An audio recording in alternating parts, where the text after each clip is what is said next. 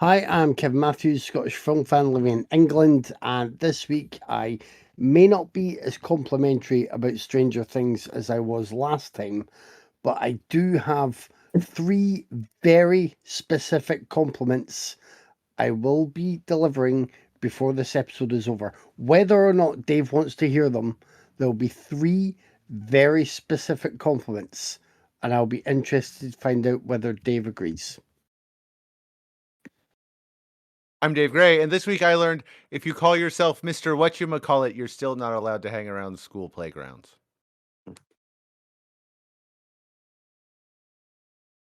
I'm Tyler Hosley, and the world is right side up again, guys, because Stranger Things is over. Hallelujah. I'm Anna Mariah, stuck in Ohio, which is probably about the same as the Upside Down. And this is Raiders of the Podcast! Yeah! Ah! We survived, you guys! We did. It It only made took it. Yes, we did. so We long. made it. It was Oh. very long. So long. Oh my god. In fact, in celebration, that's a cherry Pepsi Max, baby. Just for me. Ooh, hitting the hard Those are- stuff. I know. I Those know things how are to so party. good. I'm a big Wow. fan of those. Those and the cherry Sprite Zero. I know that's totally not 80s, but good stuff. Wow. Yeah. I mean, usually we go over what did you watch last week that was worth watching, but should we just get into this one? Can we just get it over with? Can we just Wait a minute, Say. I forced myself to not have 24/7 PS5 time, so I would watch some stuff. Oh, well then please we'll do it like normal then. Do it. Anna, did you watch anything worth sharing with us? Yeah, a couple of things. I watched the third Benoit Blanc installment, Wake Up Dead Man. I thought it was fantastic. It's a marked tonal shift from the previous two. It's a little less, I guess, like whimsical and sunshiny. It's a little more serious territory that they get into, but it still retains that Knives Out kind of feeling.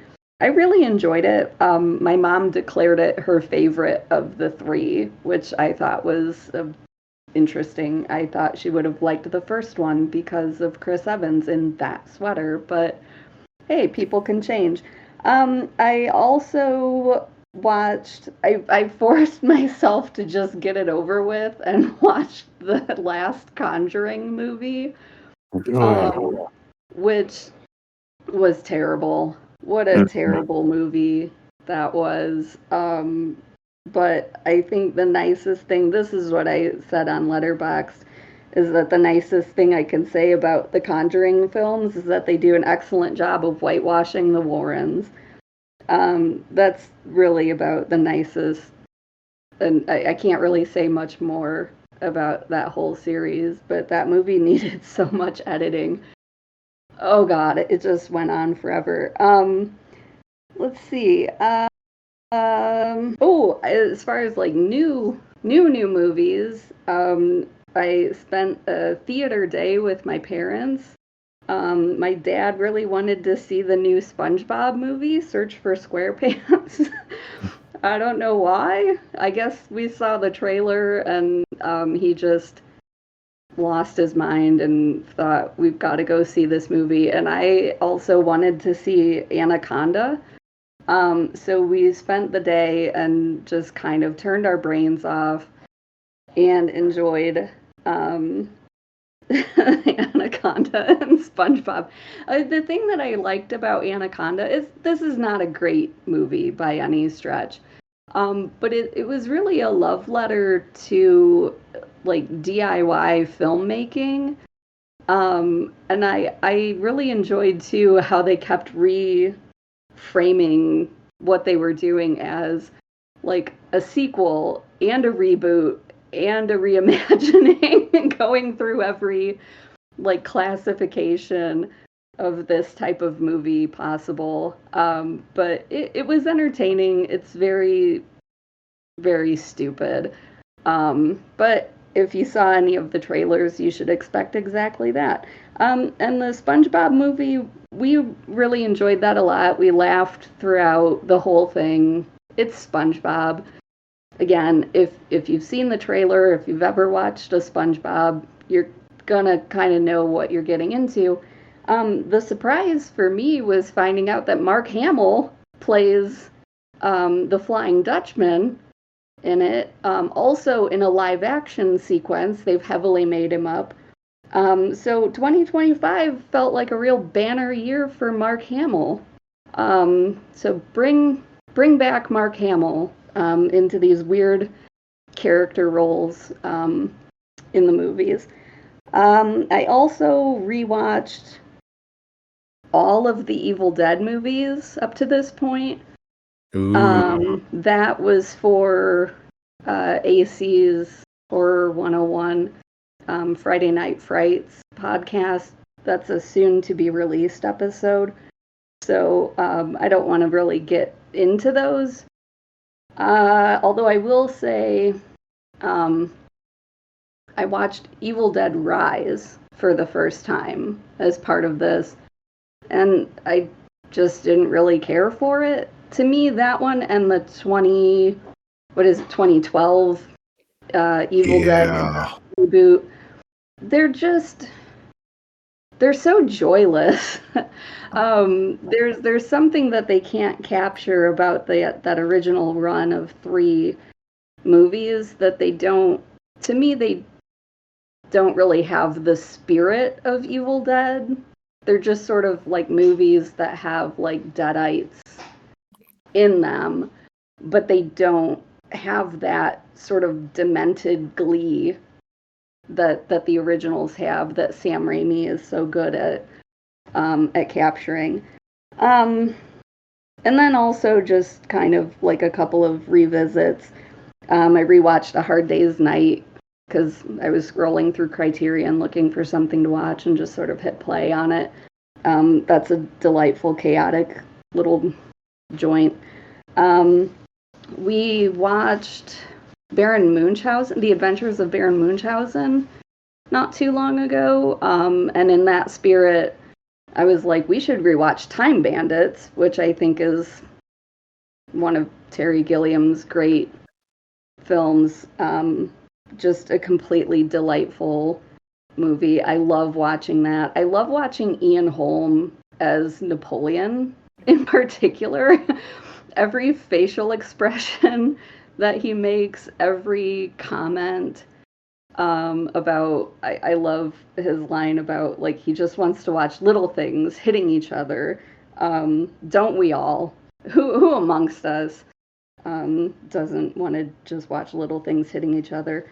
And then also scrolling around again on Criterion, I landed on Crossfire from 1947. It's a film noir that's sort of starts as a whodunit, but once you see Robert Ryan show up, you kind of know who the killer is, because it's clearly like a killing that's motivated by anti-Semitism, and Robert Ryan was like cinema's most reliable bigot on screen for how many years? So it turns into more of like a How Ketchum kind of movie, but maybe not one of the great films noir, but it's certainly entertaining and keeps you focused on the screen. And that's kind of the short summary of what I've been watching since. I didn't watch any movies, but I've been watching a lot of TV stuff. I started rewatching Euphoria again because it's the best show on television, and that season 3 trailer was amazing. Just impatiently waiting for April 12th. But besides that, I've also started rewatching Wu-Tang and American Saga, which I know Dave is also a big fan of. You watch all the seasons, right, Dave? I have. I should. So good. I should watch What it. is that on? It's Hulu. on Hulu, yeah. Hulu. Okay, thank you. Oh, it's so good. So good. If you love the Wu-Tang Clan and like you said, if you have Hulu, just go watch it. It's so good. The casting is like pitch fucking perfect. Whoever casted that is just a genius. So good. But yeah, it's Nice. amazing. Um, besides that, yeah, just a bunch of TV. I'm watching. I got one more episode of Landman. Love that show. Just a bunch of random TV stuff.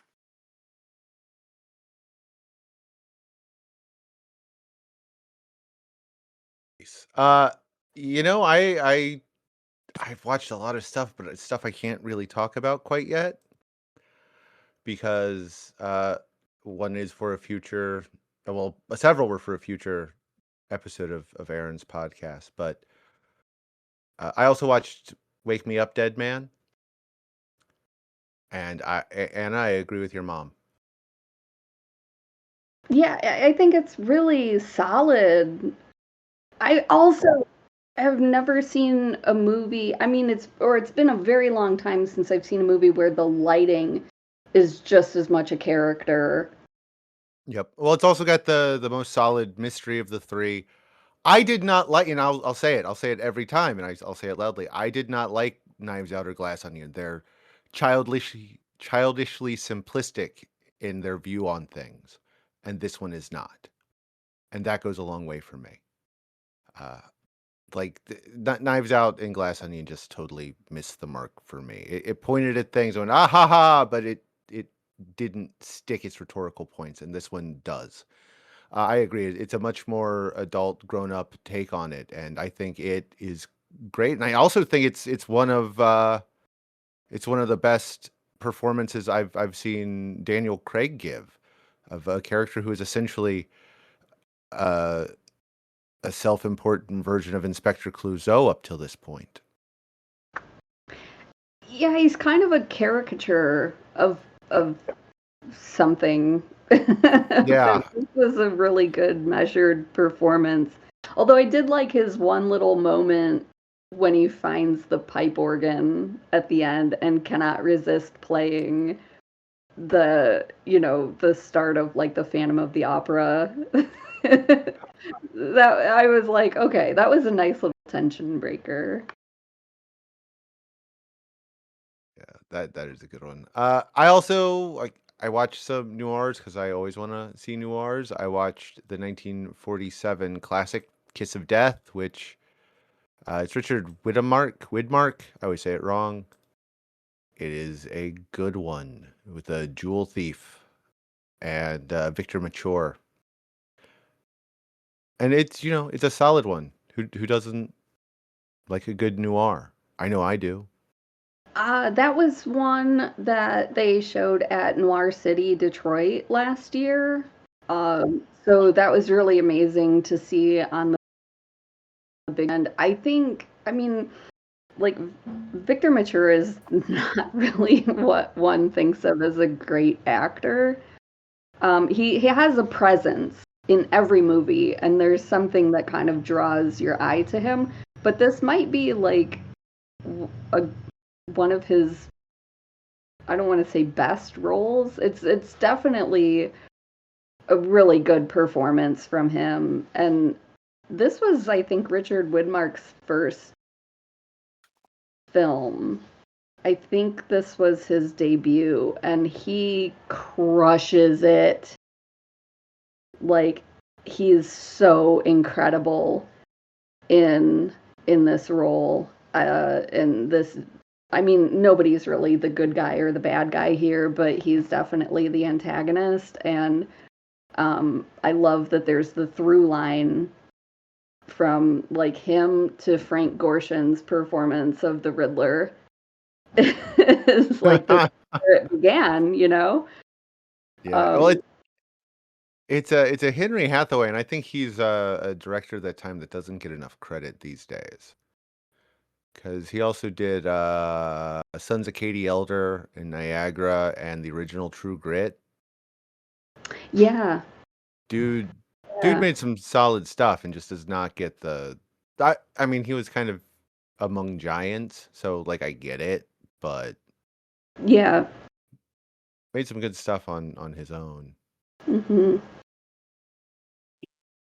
What else did I watch? Oh, I watched a new English thriller called Dr. Plague, and that sucked. I kind of hate you now, England. Like all of England. Just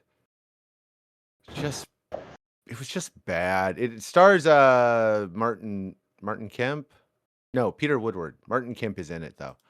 And you know, Peter Woodward is Peter Woodward, and if you enjoy Peter Woodward, you'll be fine with him in this. But it's bad. It's a bad movie. It's a stupid movie. They didn't think it out. It's poorly written. It's terribly made. But I guess they tried with it, and it goes to show what you can do if you've got, you know, a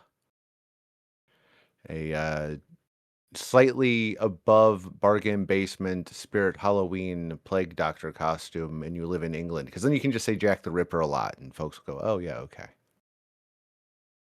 It's not the worst film by the filmmaker is oh, I just totally brain farted on who it was, so never mind. It's not the worst some of these people have been in. It's not the best. It's there. It's not worth watching though. And I saw that Did it have a production logo from either like Uncorked Entertainment or Wild Eye Distribution? it was one I'd heard of before, and I am brain farting on what it was. It was 'Cause they're the ones I see when I watch Shogun. Granny It was Krampus, Shogun Daddy Films. Krampus, Sister No, Krampus, no, Mother no, no, no, no. Krampus, It second brother-in-law Krampus. was Sorry. Shogun Films, and they're pretty they do a lot of that stuff too. They did like Halloween and Renegades, and I think their next one's Werewolf Hunt. I saw a trailer for that somewhere. They did they're doing a Guy Fawkes serial killer movie this year. I don't remember what it's called. Blood and Fire or something. I read something about it, but they're bad. And to finish my movies, I saw the 1973 low budget action film, The Doll Squad. Have you guys seen this? No. Okay, so I mean, you guys know me. You guys know me pretty well, like all of you. Do you know how hard it is for me to actually like literally hate on a statuesque redhead? It's difficult. But Francine York as the lead Sabrina Kincaid in this. Yes, Sabrina Kincaid. And I know you know that name because it was taken for a far more successful similar concept. That was answer. Okay, anyway. So her character is terrible, but it's about a woman who's the CIA computer says should be in charge of a female spy organization to stop a mad man's horrific plot. Like his plan is terrible, but she is so incompetent. Like I'm all for ladies kicking ass and taking names and being sexy and awesome and sexy and awesome, but Sabrina Kincaid is she's so bad at her job. But they keep telling us she isn't, and it's kind of frustrating, especially cuz like her supporting characters, those women are so much better. And they're played by better, well, maybe not better actresses, but actresses I'm more familiar with. Like Tora Satana was one of them. Oh. And Lillian Garrett, who she was an Argentinian actress who was just in like an absolute shit ton of stuff, especially theater stuff. And crap, who else was in it? Anyway, everyone else is in it so much better. Judith McConnell is in it. She was in Santa Barbara for like a bajillion years. And like everybody else is so much better than her. And our lead is she's just so painful. And her character is so incompetent. And then they sing an ode to how great she is as the credits roll. They try to do a reverse Bond theme with a guy singing about how great Sabrina is. And it was terrible. But apparently Aaron Spelling saw it and he went to the premiere of the film. And if you ever wondered where Charlie's Angels came from, it's the Doll Squad, which, like, I know I didn't sound nice about it, but I'm probably going to make the guys watch this soon. Yay. Yay. Whee! Yeah. And I'm going to top off my week by mentioning The Holy Grail of Eris, which is a Japanese novel series, which is excellent. It's a mystery series. 10 years earlier, a willful, and again, we're back to badass ladies, a willful and intelligent and cunning aristocrat woman is put to death in the town square for supposedly trying to poison the prince's lover. 10 years later, Constance Grail becomes involved with her ghost, trying to figure out what led to her death. And the book series is fantastic. The book series is absolutely amazing. And they just started an anime adaptation. And if you don't mind animation and you want a solid mystery with two really strong lead characters, you should go check out The Holy Grail of Eris. Damn you, no. This is a movie podcast. We ain't got time for your books, Mr. Librarian Gray. We don't No read. big fancy words for us. That's why I'm recommending the animated version. It's a half hour a week. Well, that's an acceptable compromise. Are you done? Are you done trying to get us to read words? I'm done. Oh, Done. I can't remember if I actually mentioned I also watched Wake Up Dead Man over the past couple of weeks. I think I may have forgotten it. I really like Knives Out. I think that's still my favourite. I like the cast in Glass Onion, and I really like that. I'm not going to spoil it, but the kind of fake out was great. Wake Up Dead Man. I don't think it's as straightforwardly entertaining and fun as the first two, but I really didn't expect Johnson to make such a really like kind of heartwarming and insightful commentary about this is the church and people look to that and it is not always very good. People can have faith and that can be really good for them. Like I just really wasn't expecting that.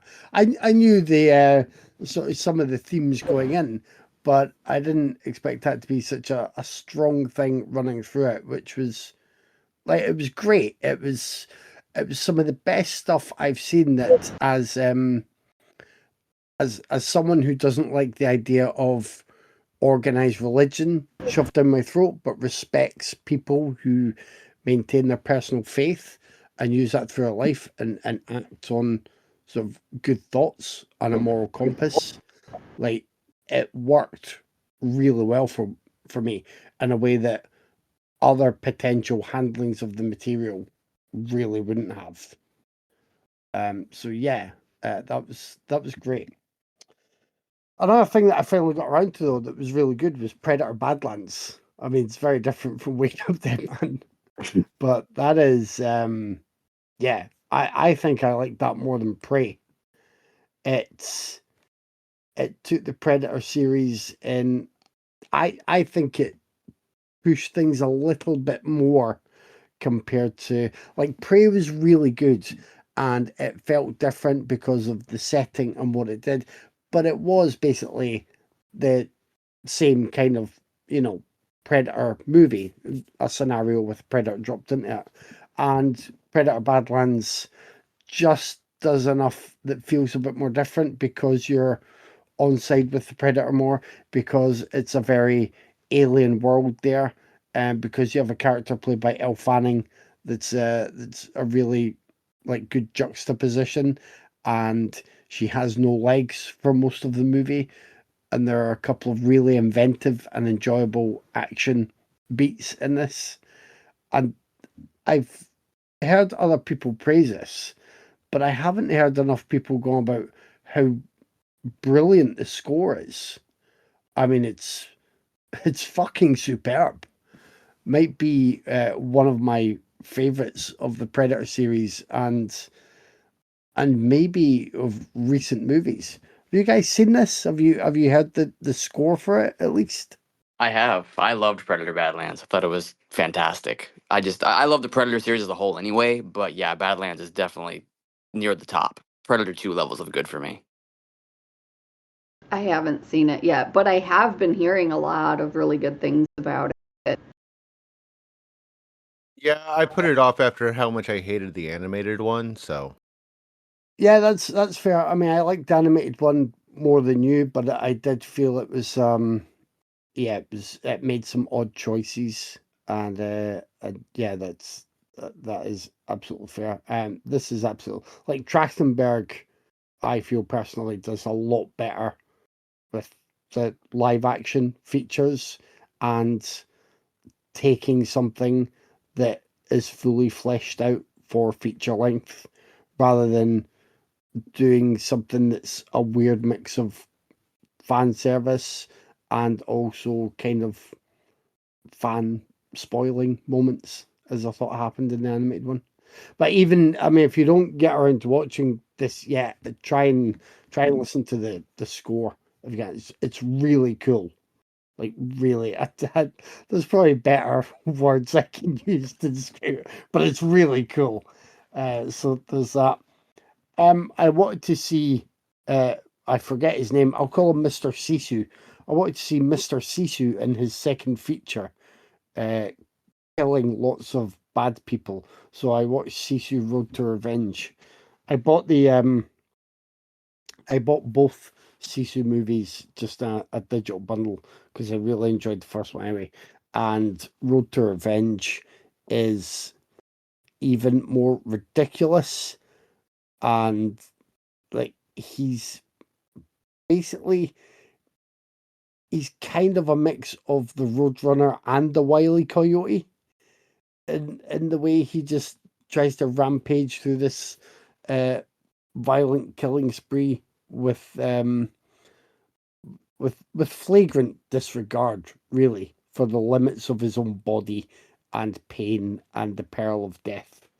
And it's a lot of fun. You can tell, there's like the first Sisu movie, the focus was on the action and the pain, and it was great. He was taking on multiple Nazis, and that was great fun to watch.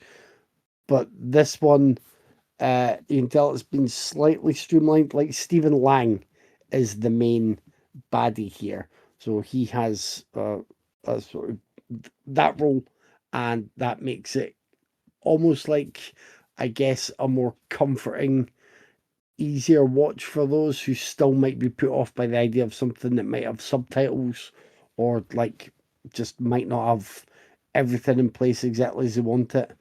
But Sisu Road to Revenge is fun. I think it does get a bit too ridiculous, but in a way that I can't really begrudge. So yeah, like I'd still recommend if you like the first one. And then, as Craig knows, because he pointed out it was on Mubi, I watched the latest Quentin Dupieux film, The Piano Accident.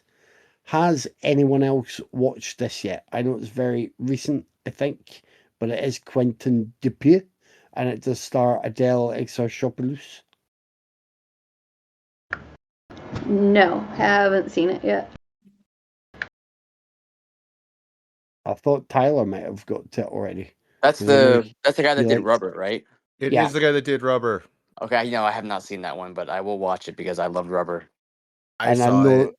I know you also like Adele Exarchopoulos, Yes. Doesn't. if I'm pronouncing it right. Did you see it, Dave, already? Yes. Did you enjoy it? Yeah. I mean, overall, like I got what it was going for, and I like it wasn't my favorite. I like Smoking Causes Coughing better, but I like Yeah, most of his stuff. I just didn't like that one. yeah. It's I tend to like most of his stuff as well, and I did like this. It's not his it's not his best work, and it is very obvious. I think I put in my review that some of it could be a bit old man yelling at clouds, and the way it's exploring this person who's become a social media star in ways, and what that cost can be for your 15 minutes of fame nowadays. But it was it was dark, it was darkly comedic, it was yeah, it was still fun and a worthwhile commentary, I think, on idiots being made famous for being idiots. And I think that's it. I mean, I've got another Rebel Wilson film this time around, and it feels like I'm making a habit of this, but I'm not. You know, we wanted something easy. We went for Bride Hard. Bride Hard isn't great, but it wasn't terrible. And at least Rebel Wilson wasn't trying to do a Yorkshire accent in it. But I would, if you fancy watching Bride Hard, I would instead recommend watching Spy, which is wonderful, or watching like Shotgun Wedding, which was funnier than this. They give you elements that are in Bride Hard without you having to actually sit through Bride Hard. Although, the how do you say her name again? Is it the Divine Joy Randolph? Yes. She's in it, and she's very, very funny. Like, she almost steals the movie funny. She has some of the best just little lines and delivery. So I would recommend it for that. It's always weird as well though seeing Anna Chlumsky in a role as a grown up, because she's permanently the My girl, even though I've seen her in a variety of roles in her adult life. And I'm talking stuff like there's someone called either Blood Drive or Blood Car. She was in Veep. She was in. She might have been in The Loop. Like I've seen her in a handful of roles. She's had a career that she continues to work through, and every time I see her, I'm like, oh, you can still tell it's the girl from My Girl, which I don't know if everyone feels that way. I like to think everyone feels that way. Yeah, I had the same feeling watching, this was a couple years ago, but when Netflix had that Inventing Anna limited series about Anna Delvey, like the fake socialite or whatever. She's the reporter in that who's writing the story. And at first I was like, why does her face look so familiar? Because I kept like not paying attention to the credits apparently.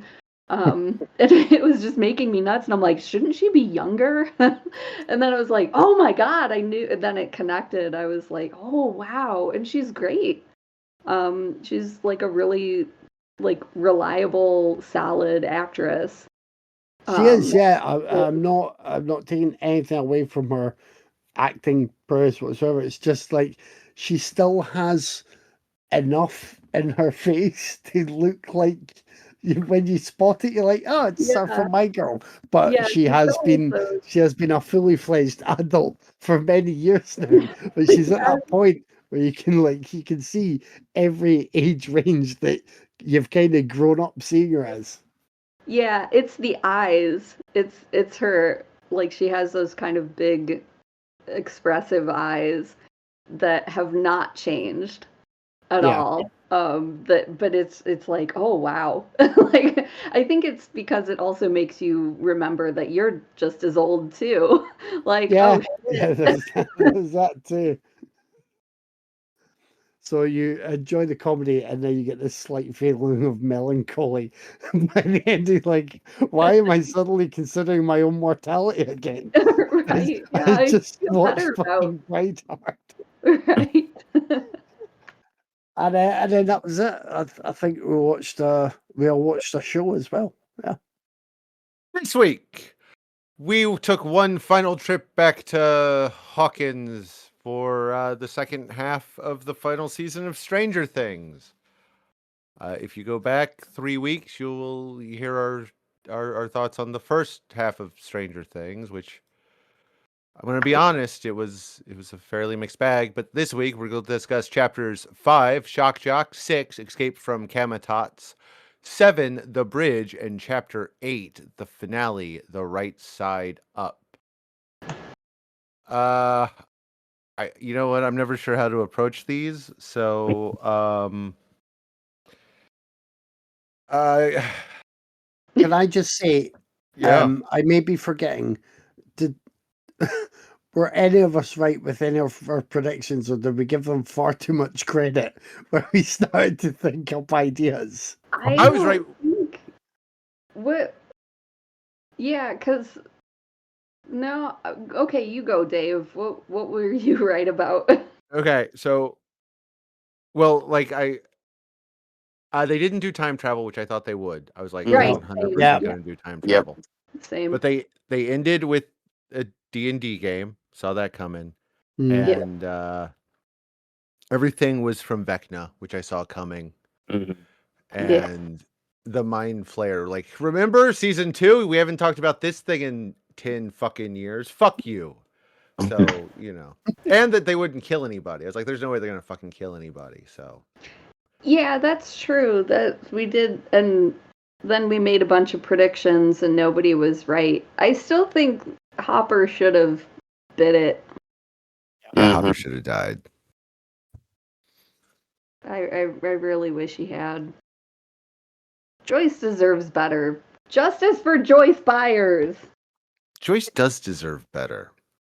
But, everybody But deserves killed better. off her better when Sam oh my god, I almost said Sam Astin because I can't think of him as anything other than a hobbit.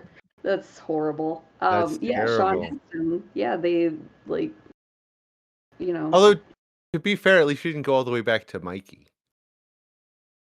Yeah, that's true. Oh yeah, Mikey Astin. You know him. The Goonie. Yeah, he was a Goonie. Weren't we all?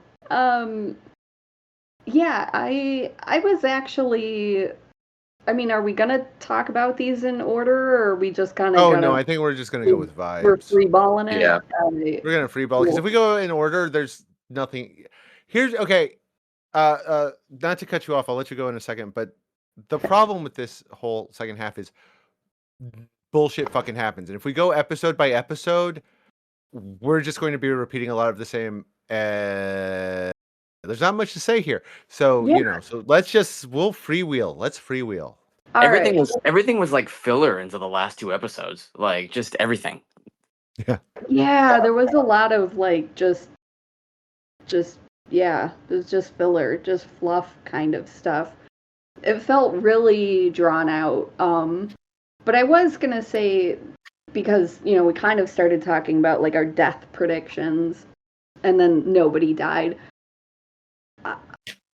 Even though I was really kind of gunning for like you have to have this emotional impact of a death, and especially like a character that you wouldn't have seen it coming or wouldn't want that to happen to. I do appreciate, with the exception of Hopper, because fuck that guy, that nobody died. I actually kind of liked. I found myself liking that aspect of it. Am I? Is it me or is it the children who are wrong here? I don't disagree to a point. To a point. I just feel, especially with how they went in the end, and I'm not going to say exactly how they went in the end because, that's not my job. If you're not going to sit through 8, 12, 15 hours of the last episode, that's on you to find out exactly what fucking happens. But they went about it in a way that I feel at least one would have been...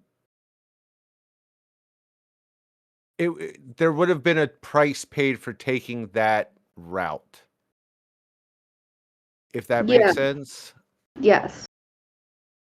That's all. Like, and I don't feel like they had to kill somebody. Just, even if it was like they slipped and got, like, that would have been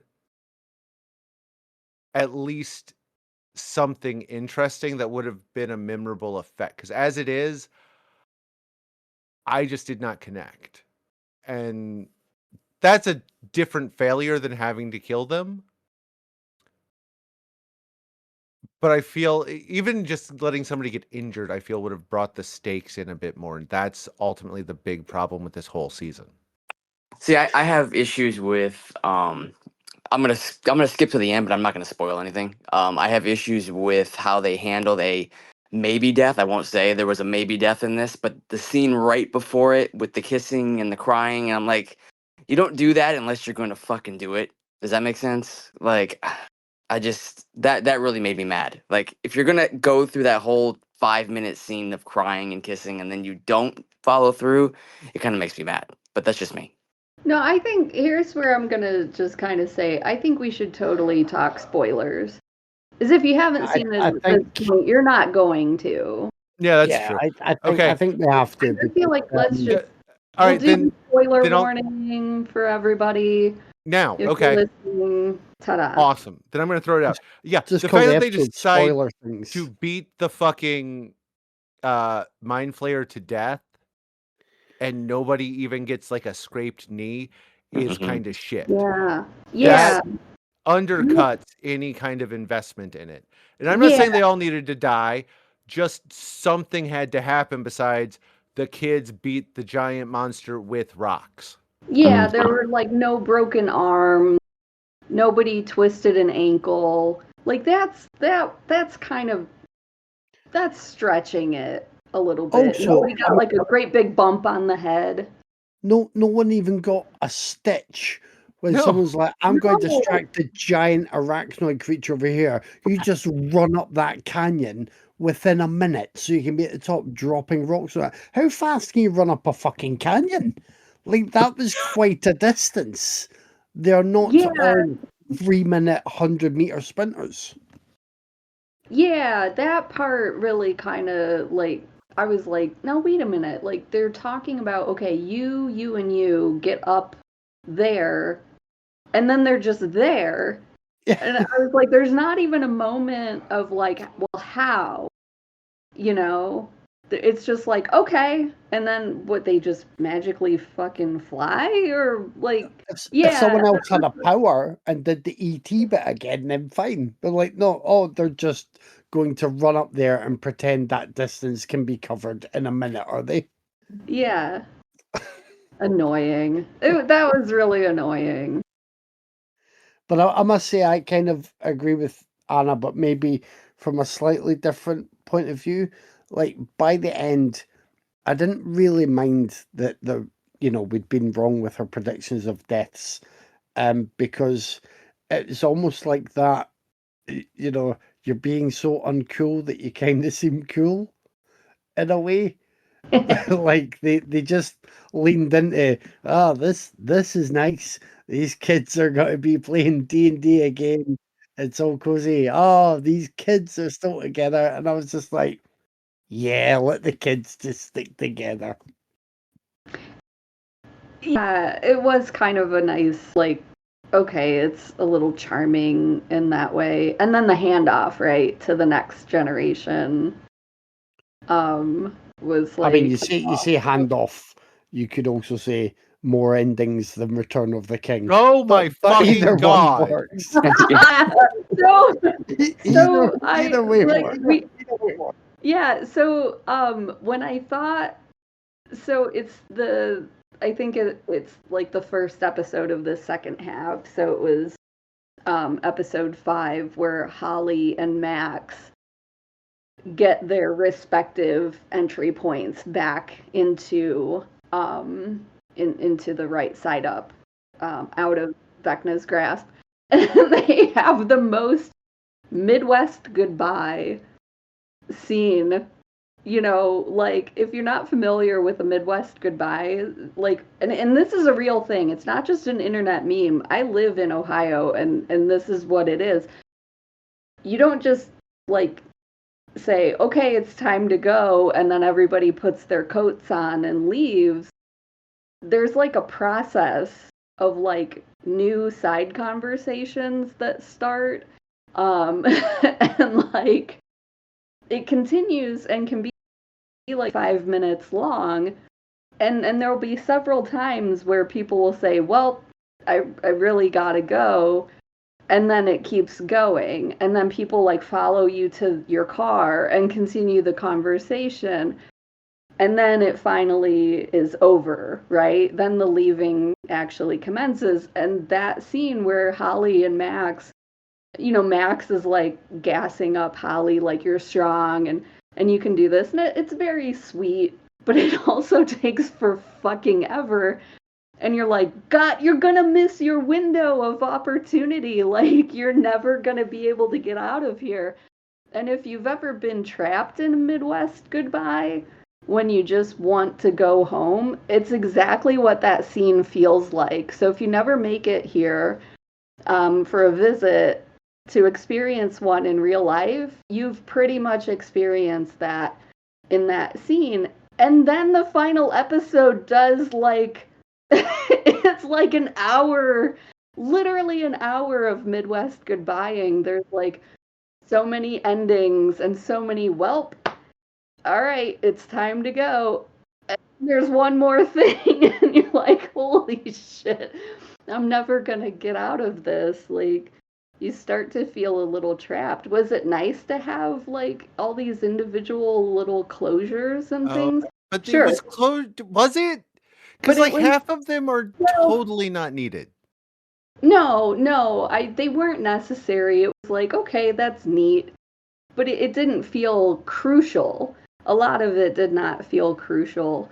But that's, so anybody who's, I guess that's my whole point, is if you've never experienced a Midwest goodbye, just watch episode, let's see, 5 and episode 8 of Stranger Things, and you'll get an idea for what they're like.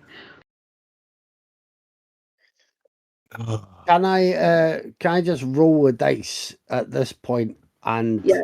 and list my 3 specific compliments and Yes. see? Yeah, let's We'll do find it. out how Dave reacts. Let's do Okay. it. So major compliment number 1, and I know this was discussed and criticised by people for the way the scene was dealt with, but major compliment number 1 was I feel it was, I liked the way that Will came out and things were done for his storyline. I like that, and I prefer it to, like Disney go on about, oh, in The Rescuers, there was 2 mice 3 streets along that held hands once and they were gay, so we're allies. Or J.K. Rowling's like, oh, Dumbledore made eyes at that caretaker when he was 18, so it's totally LGBTQ plus friendly. And that's just bullshit. At least Stranger Things is like, yeah, Will's realised he's gay, he's come out, he has a unit that's for him. Might not be the right time in the midst of all this madness, might not be the best writing throughout it, but I really liked that, and it was like it felt like we all saw it coming a mile away, but it felt like a parallel in real life where a lot of people see something in someone else before they find it in themselves. And I really like that, and I'm really happy that they just leaned in and went, yeah, but that's that. Yeah, I felt, I cried watching that scene, because for me, it felt very real. Mm-hmm. It felt very realistic and here, and it feels like it takes forever, to actually just say the thing. And it was like, and as I was watching it, just say it, it's okay, like, just say the thing. But it's also like, I know that feeling. So I was really struck by that scene. But I love that, like, Will, he made that connection, right? And knowing why, like, he was chosen, and why, all of the other kids were chosen as these vessels, because they had these weaknesses.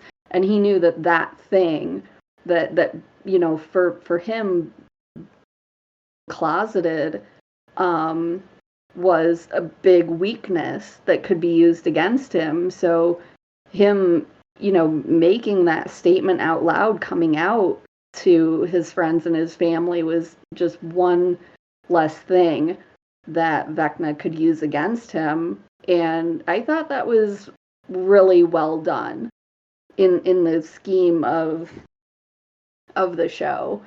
I thought that bit of storytelling and that bit of character development was almost enough to redeem all of the horrible fucking haircuts they gave to Will Nothing. the rest of the series. Almost Nothing can enough. redeem that. I mean, and they also in response a little bit later on as the storyline played out, they actually also like I felt better watching him and Mike towards the end. Like they let Mike be, about as sweet and good about it as he could be. Especially, it's easy to forget sometimes this is still set in the 80s. It might not have been that easy. Yeah. But that was a really like positive response there as well. So that was part of the sort of comforting hug of the short end. Go on, Dave. If I can give my view on it,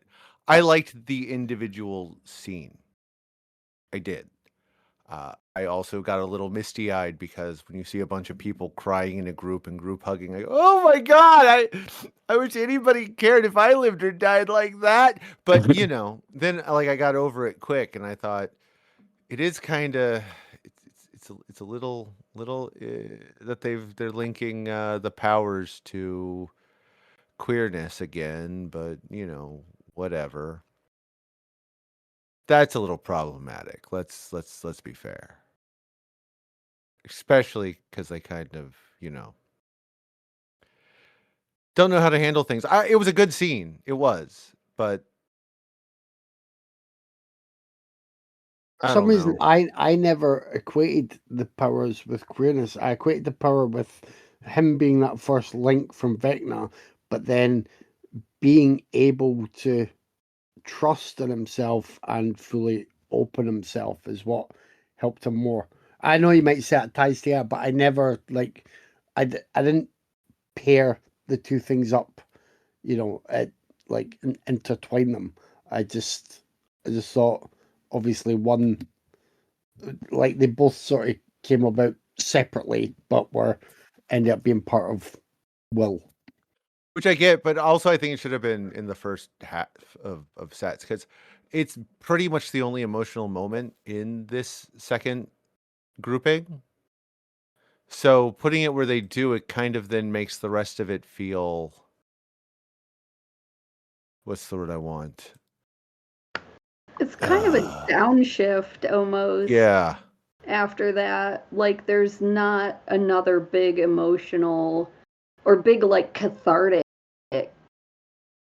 moment. Even when we get to like what should be sort of the big cathartic moment, we'll talk about that in a bit. Doesn't feel as cathartic as Will coming out. Yeah, exactly. It's because everything after that's just kind of there. Nothing else has a punch after that. But that's just me. It was a good scene though, in and of itself. Yeah, it was a good scene. It was probably the best scene of the entire final half of this show, actually. So yeah, it was a very good scene. Well acted too. Some of the best acting of all of their careers in this whole fucking series, actually. Yeah. Yeah, I agree. Are you ready for compliment number 2 then? Yeah, we're ready. Again, right now this may seem a minor thing, and I didn't feel like it was a minor thing in terms of like big mainstream entertainment. I like the fact that they also didn't lean back from the pairing of Lucas and Max, and even a kiss near the end. And I was like, you still don't get that in a lot of big movies. I know TV's different, but big companies are still worried about upsetting horrible racists who will pay their bills and subscription fees. And I appreciated that they were just like, no, Lucas and Max paired up. Mm-hmm. I I disagree. Not that they didn't break them up. I have no problem with that. I want to be totally clear. I just feel that we are living in the year of our everything's falling apart in horrible 2026, right? Mm-hmm. And the first interracial kiss was 1951 on I Love Lucy. The second interracial kiss, actually, do you know how many first interracial kisses on TV involved William Shatner? I was going to 3. say Star Trek to pick Wow. up. Yeah. So the first one was I Love Lucy with Desi Arnaz and Lucille Ball. First time they let a Latino man kiss a white woman on TV. And then in 1958, there was Ed Sullivan, where Shatner made out with Frances Nigan because they were doing The World of Susie Wong on Broadway. Hmm. And we are so far removed from those years, right? And again, yeah, Star Trek had 2, actually.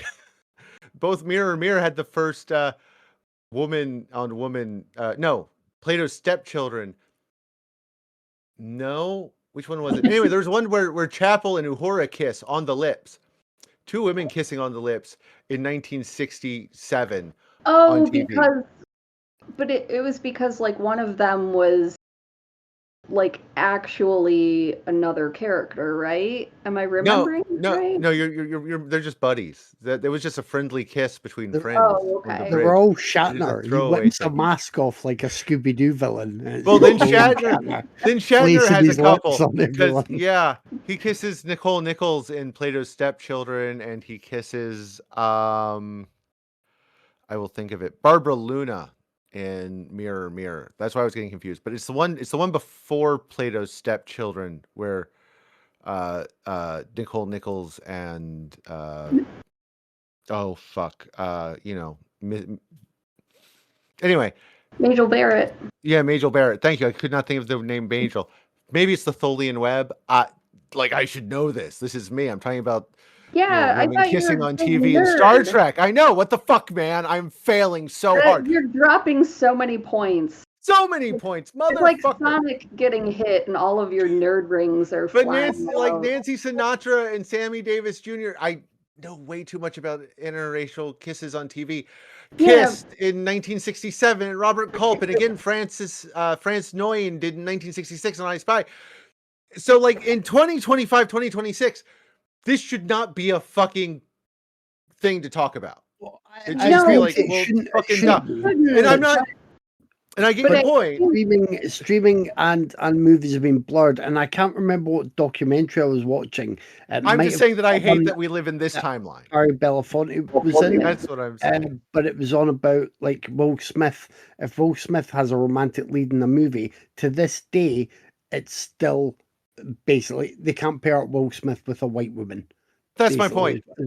I hate that we live in this timeline. And I know should this not is be a thing because it's streaming, but because streaming feels closer to the movie business, it does feel like a bigger thing. It feels like something that is a bit more praiseworthy than the many steps that have been taken forward before. And I know it shouldn't be at all. None of us were born when that line was crossed. It shouldn't be a line. I know. Why? I agree. I fully agree.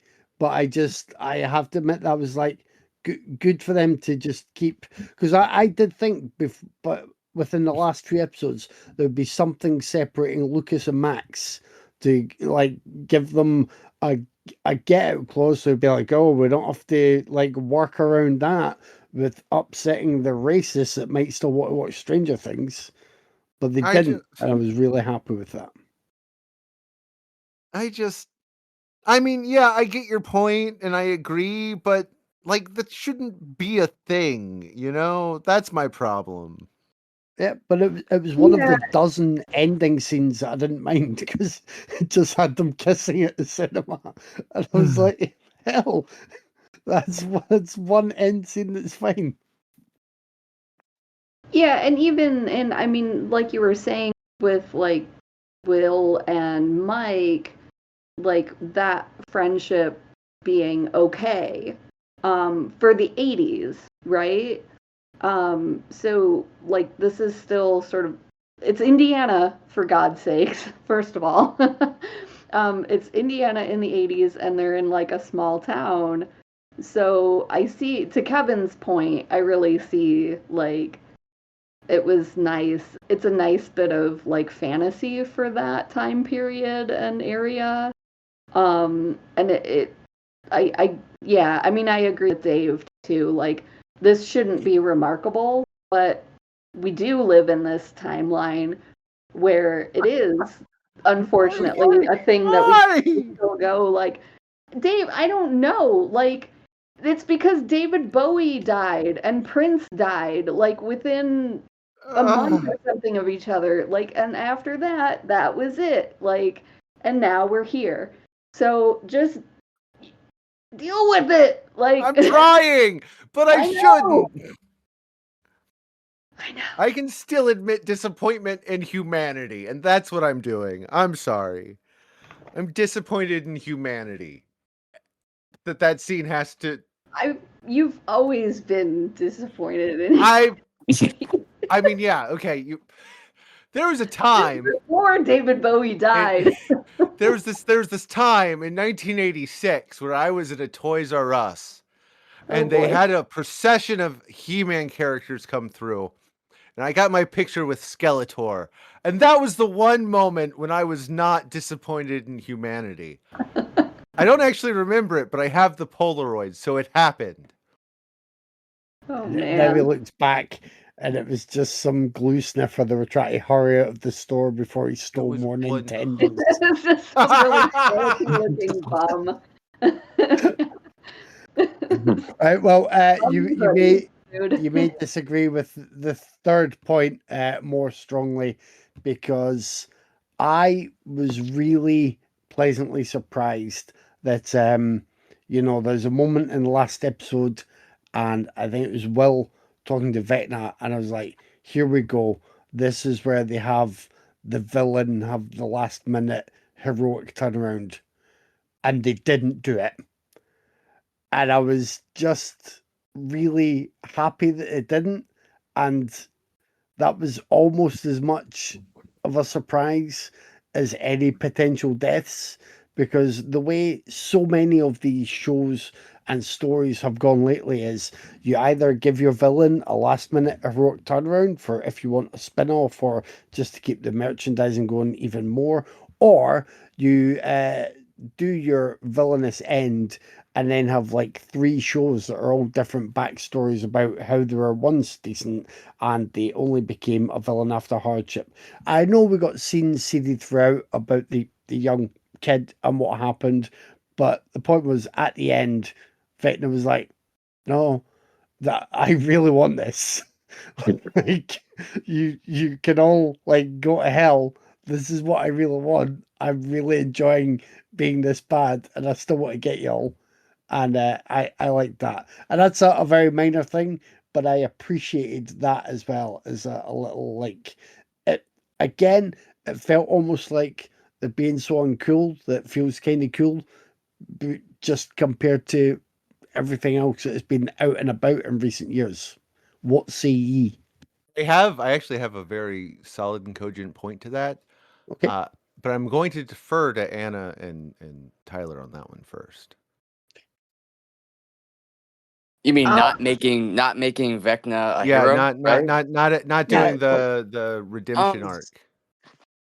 Like the Kylo Ren shit from Rise of Yes. Skywalker. Yeah, Yes. yes. Pretty good. I like Rise of Skywalker, but that's another story. But yeah, I was happy they didn't go that route, because that could have been an easy route. So yeah, I agree with Kevin on that one. That was a nice little not going route that I was happy with. So yeah, I agree. Yeah, same. I was pleasantly surprised when you kind of get a moment even where you think, oh, he's gonna say yes and like give in to Will and join the light side, whatever. And then he's just like, no, like, nope. I'm evil. I've fully owned it. I love it. Deuces. That was great. Because I had that fear too, like, oh, they're gonna use the power of love, and and that's it. We're just going to convince him otherwise. And I was like, oh, huzzah. They didn't. So that was great. I just wish then the fight after that had a better payoff. But again, we'll talk about that in a minute. Dave's got a vent about this. Dave has you forgot one of the very important things they need for a villain redemption arc. They have to still be pretty. And Vecna is not, which means it's not possible. It's the Emperor Palpatine view. Palpatine was old and scarred, so he could never have a redemption arc. Same with like Red Skull. Whereas, Kylo Ren is still a pretty boy, so he can have a redemption arc. It's true.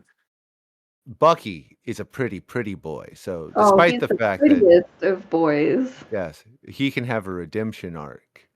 What about Leatherface, Dave? Leatherface? What fucking redemption arc did Leatherface have? In TCM 3 or the 3D one with the That Daria. is not a redemption arc. She just uses his murderous rampage for her own end. That's Hero Leatherface. Yes, it's Hero Leatherface, but that's not a redemption. That is a totally different concept. Also, let's see. Leatherface is pretty. Come on. Leatherface is pretty. He's beautiful. The prettier man than has a Vecna. body. Yeah. Also, Dave, don't you think Vecna would have had that moment of emotional turmoil, and you would have seen like the face of Mr. Snuffleupagus or whatever he was called peeking No, because out, he's a ginger. and that would have been it. No, that would have been it. He would have been there with his cheekbones just coming out of the Vecna face. Be like, oh, his cheekbones. It's all got to be Why do you think they hired a redhead? It's because most people think redheads don't have souls. Is he They're a redhead? wrong. I thought he was Redheads a have the strawberry soulest blonde. of souls. Maybe I'm gonna go with the ginger for this, just because I can. And yet, what's your weakness when it comes to redheads? Oh, I fucking love redheads. I don't believe gingers don't have souls. I believe they have the souliest souls, but the guys that made Stranger Things don't believe it. Let's mention the worst redhead on the show, the girlfriend. I wrote her down her name. Yeah, she is. Vicky. She is the most obtuse person on earth. How the fuck do you live in Hawkins and work at the fucking hospital and be that like, oh, the military's all good? I know it's the 80s, but you gotta be smoking crack to be Vicky and to be that obtuse. Why was she even added in the show? Like, I know she gave maybe Robin a bit more to do, but you could have done that way better. Like, she was just another unnecessary extra body. A totally unnecessary extra body. No, but I like the actress, though. I mean, I to be fair to the actress, I like her in other things. She was in Anne with an E, and she was actually pretty good in that. Mm-hmm. So just for the record, it's not that I love redheads, but I've had to say bad things about two of them today, and I am so angry at myself and the world. I think great actress, but it was clear that they just need. Well, we don't need someone else in the cast because, good Lord, we have so many people in the cast already. But it did feel like, well, we've got this actress, and if we give her a wig or a haircut that gives her this like passing resemblance to Molly Ringwald, then we're totally gonna use her however we can. And that was the only real reason. It was nice that they gave like Robin a girlfriend. I thought that was very sweet, but I don't think we needed that much Vicky on screen. She could have just been mentioned or something like, oh, I keep missing dates with Vicky because of this, and then that's fine, just leave it alone. But I don't know. I found my note. It's in episode 6, right before everything hits the fan, because she refuses to believe that her obviously not drug addict girlfriend isn't a drug addict. The note is, Vicky is a dumb fuck. You live in Hawkins, dumb fuck. Stop being goddamn obtuse, you dumb fuck. I even underlined it so I wouldn't lose it. Eloquently said. Thank you. I mean, oh my god, what kind of dumb like her and Papa Wheeler. How dumb fucky do you have to be in that fucking town to not realize shit is bad? Like, and did I forget some scene? Like, where were the children actually while they were being held in the other? They were on the other realm? planet. Yeah, but where were their physical bodies? Inside the Mind Flayer. They were inside, but Max wasn't, because she was never inside the Mind Flayer. Max she was wasn't. in the cave. Max's physical body was in the hospital.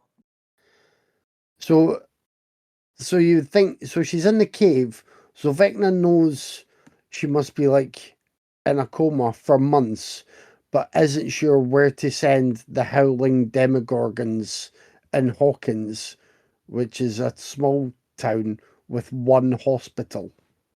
Yes. Okay. Yeah. But the kids' bodies have all disappeared because the Mind Flayer took them physically inside. Yes. This was like, at some point I was trying to figure out the inception levels of who was in whose mind, where the bodies were, and actually what was going on with the interactions. Okay, the mind world is just Vecna's mind, Vecna's head, supported by the Mind Flayer. And the physical bodies are in the hospital and inside the Mind Flayer. But there's no other kids in the hospital, is there? They're all in the Mind Flayer. They're all in the Mind Flayer.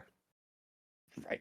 So they disappeared at one point, and then when they woke up in the hallucination in the nice field with Mr. Mixapiglix, and they were actually already in the Mind Flayer because you saw them with the tubes, but they thought they were running around picking roses. Yes. I mean, yeah.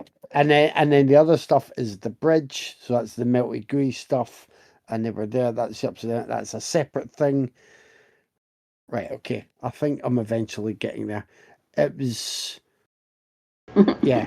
I got a bit mixed, because then obviously Max is interacting with Holly, but Holly's there with the kids, because that's their projected area, but their bodies were still elsewhere.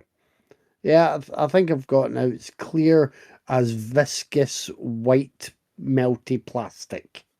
I like this approach. You said do you have two more? Didn't you say you had a total of 5 nice things, or was it only 3? No, 3. I had 3, and I'm not going to push my luck there. But I thought they were worth bringing up because, and again, I appreciate that they won't necessarily seem like they're worth bringing up, and they shouldn't be worth bringing up, but they were because of, as I said before, I think at least with the Duffer Brothers, they have, I think generally for the better, made very firm decisions that they've stuck with.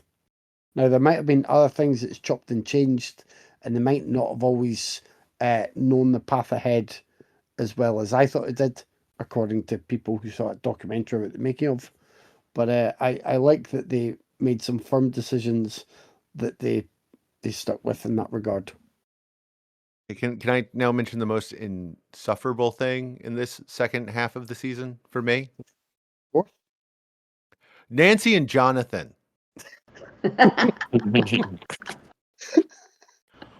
Oh my fucking god! Oh my god, that episode 6 also where everything's. I fucking hate that. I want them to die, and they didn't die. They're just so insufferable, just so childishly, stupidly insufferable. Especially his anti-proposal bullshit. Fuck you. Oh, fucking hated that. So what do you guys have to say? Oh man. I mean, there's no change there from the first half of the season. Was I've heard from people who appreciate that they sort of changed the dynamic and came to that realization and ended up where they ended up. But I didn't like it. I was just like, stop putting me through scenes where I am stuck with this couple that I don't care about whether they're a couple or not. Anyway, I just don't care. And it didn't help that that was alongside scenes in which, and thanks to Anna, I must say, I was more invested again back with Dustin and Steve because of that turnaround. Listen to the last episode we spoke about on that, and actually, I think that was the other really really good emotional moment from this second half of the season. That outburst, which I liked, and I was in a better frame of mind to watch those scenes because of bearing in mind what Anne had said and how I'd sort of reconsidered them kind of nipping at each other throughout the first few episodes and what place that was coming from. So that, like, at least that was good stuff in those episodes, and then you kept having to go to bloody Jonathan and Nancy. Yeah, I was really I was so glad that Steve and Dustin got that scene. Dustin in particular got that scene to explain himself. I mean, he didn't need to, but you can tell like he had reached that breaking point. And was just like, I can't lose anyone else.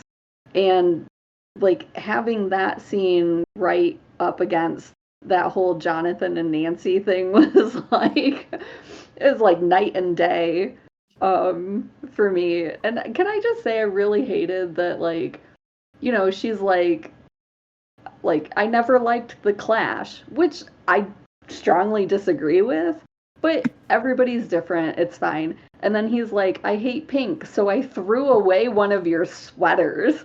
I was like, what in the abuse is this? Like, what the actual fuck? I was like, that's bad. Like, good for her not being in that situation going forward. Like, if he's gonna throw things out that are important to you or that you love, run, girl.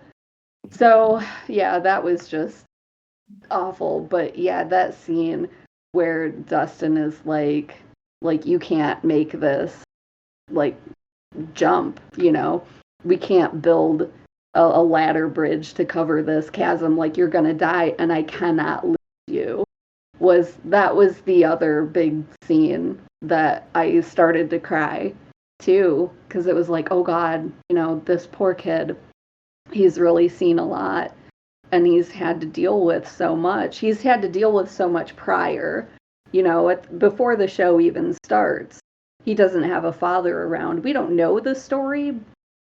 You know, maybe it's, you know, he just left or, you know, went to get a pack of smokes and never came back or something. Or maybe there was something bad about that. But this kid, you know, he's clearly needed that person in his life. And Steve was the first one. And then Eddie was like a second father figure to him.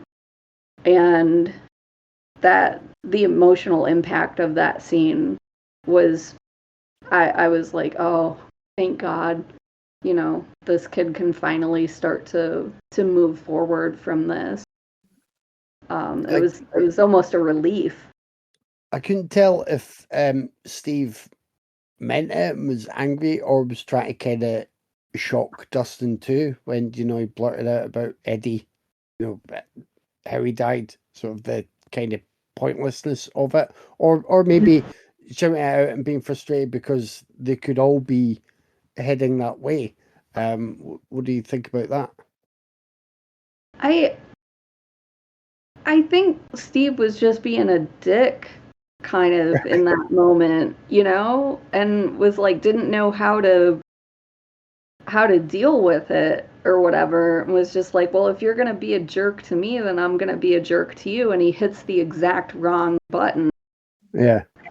Because I love, like, when in that scene when they're, like, going up the melting staircase and Dustin finally tells him, I can't lose you. There's a really brief moment on Steve's face where you can see that he connects the dot. Like, he gets, like, his eyes kind of widen after, like, Dustin sort of collapses in arms and starts just weeping. There's this little, like, moment that Joe Keery, like, portrays where he's like, oh shit, I get it now. I get everything that this kid has been going through. And it's maybe one of the best bits, again, like, one of the best little bits of acting, at least from Joe Keery in this season. But yeah, I think at that, when he makes that dig at Dustin, I think he's like, I'm just going to be a jerk right back to you, and doesn't realize the implication of it at the time. And then he gets it. He's also not wrong, though. What he says about Eddie is 100% accurate. Yeah, and that's the thing. Like, he isn't wrong, but it still hurts because Dustin has made this. He's forged this connection with Eddie, whether Eddie even knew it or not. He's made this. He's made him a stand-in in some way. He's put Eddie on this pedestal. But yeah, I mean, it's not that Steve is, he's not lying. It was a needless death. It didn't have to happen. Eddie didn't have to decide to be the hero. But he did. And it was stupid. But it still hurts. True things can hurt. So that's my take on it.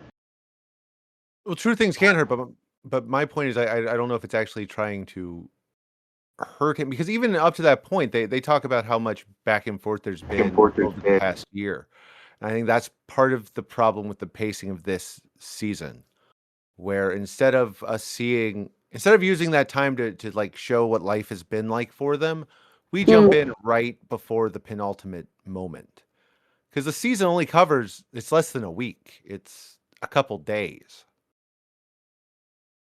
Which makes the long, dull timing even more mind-boggling. But I just think that it's a bit more complicated, and I don't think that it really is shown in as it should be. There's like dialogue that references it, but I don't think they set it up as well as they could or should. And it's not just that one. It's almost every character dynamic, every interaction that's based on what's happened since the splits open up. Like, the buyers have been sailing with the Wheelers for a long time, but the only evidence we see of that is the very first scene of the first episode. And then they never go back to the house that they were all staying in for a year. Yeah, well, because, I mean, at that point, it's this weird, like, okay, go, go, go with the plot that still feels like it takes forever. Yeah.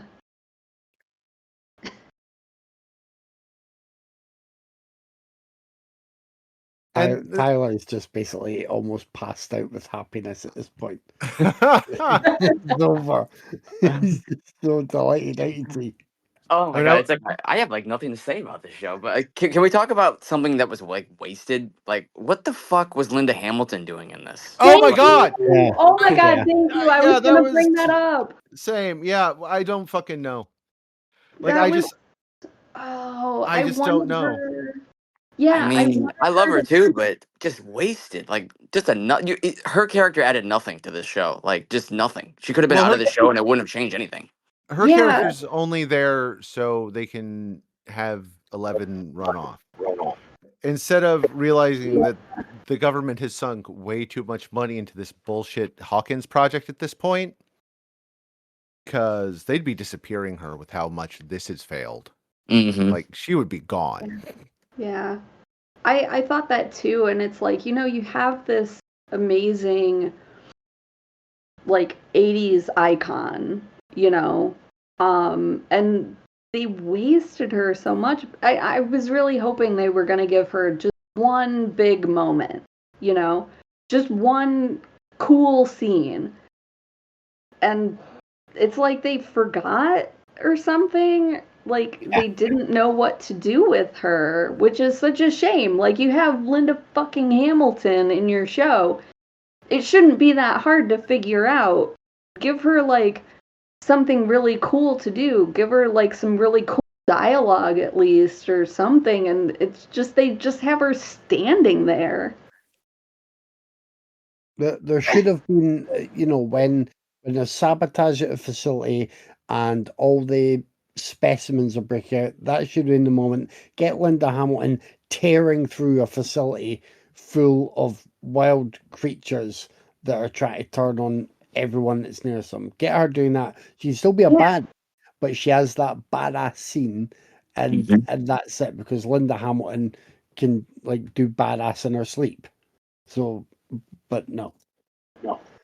Yeah, that's so annoying. That I think might have been like the most like it was just like tugging at the back of my brain throughout this whole season actually.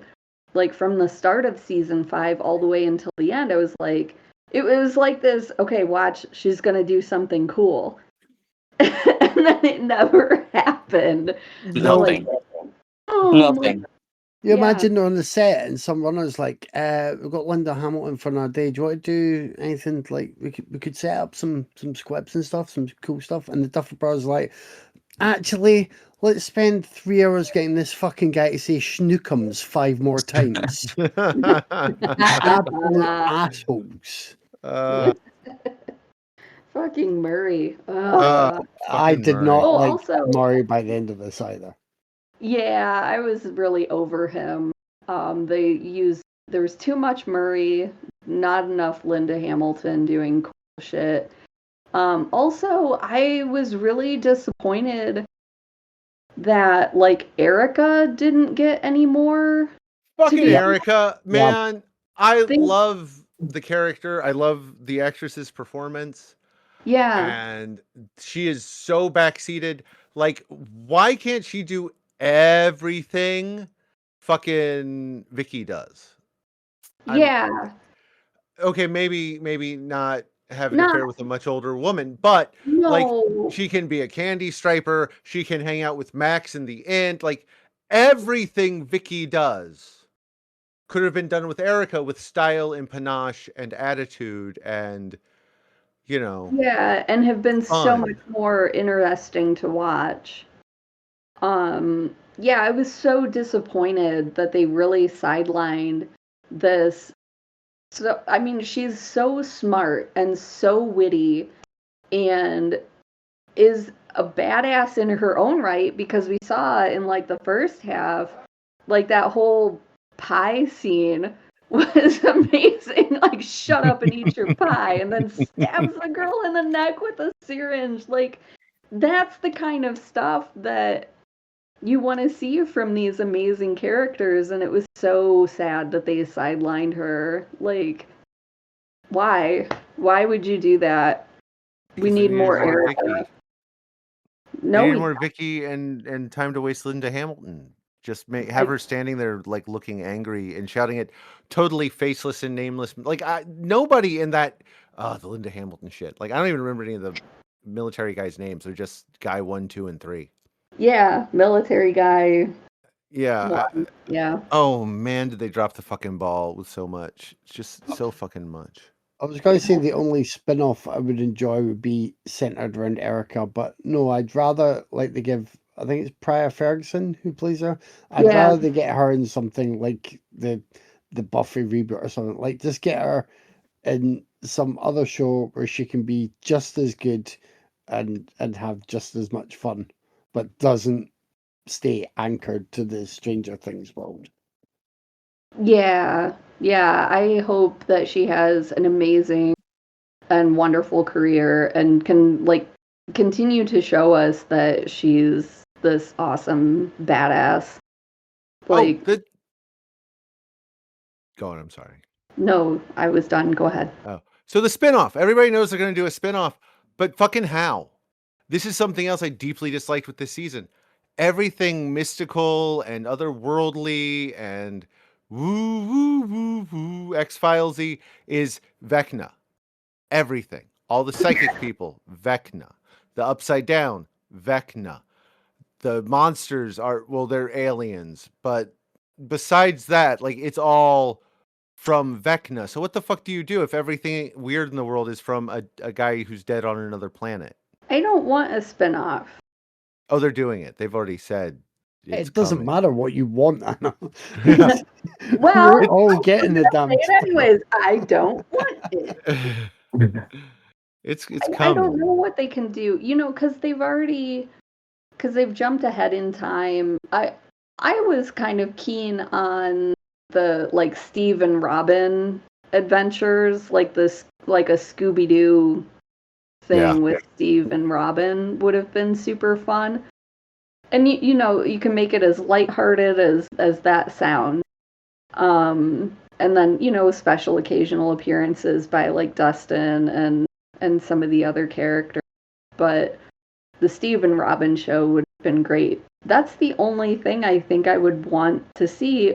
Or Erica, I don't know, do some bitchin' science show with Erica. Basically, if they rebuild Hawkins and the show would just call the show Scoops Ahoy and have Steve and Robin back in Scoops Ahoy, and maybe Erica's joined them for a summer job.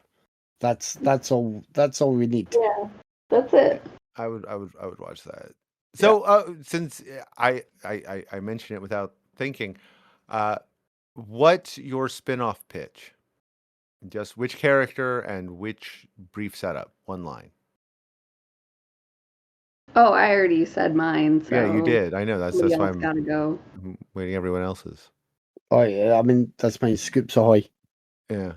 T? Jeez, that's a hard fucking question for me because that means I have to watch another Stranger Things show. But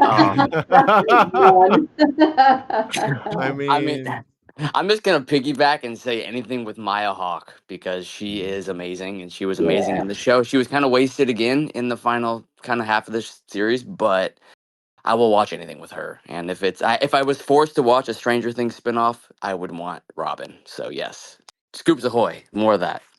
Yep.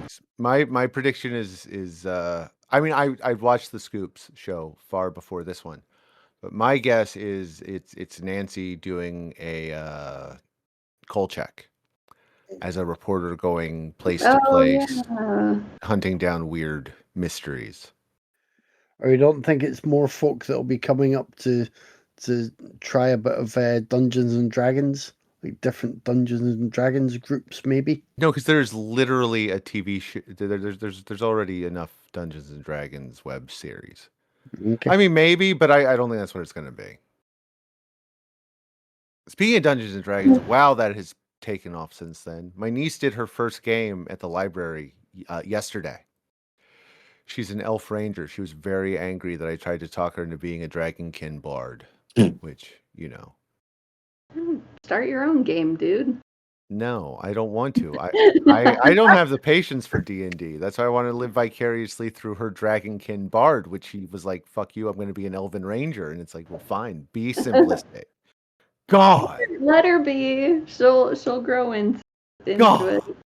Let her be. I am. I'm just saying. I tried to guide like I'm supposed to. That's what you're supposed to do with the younger generation.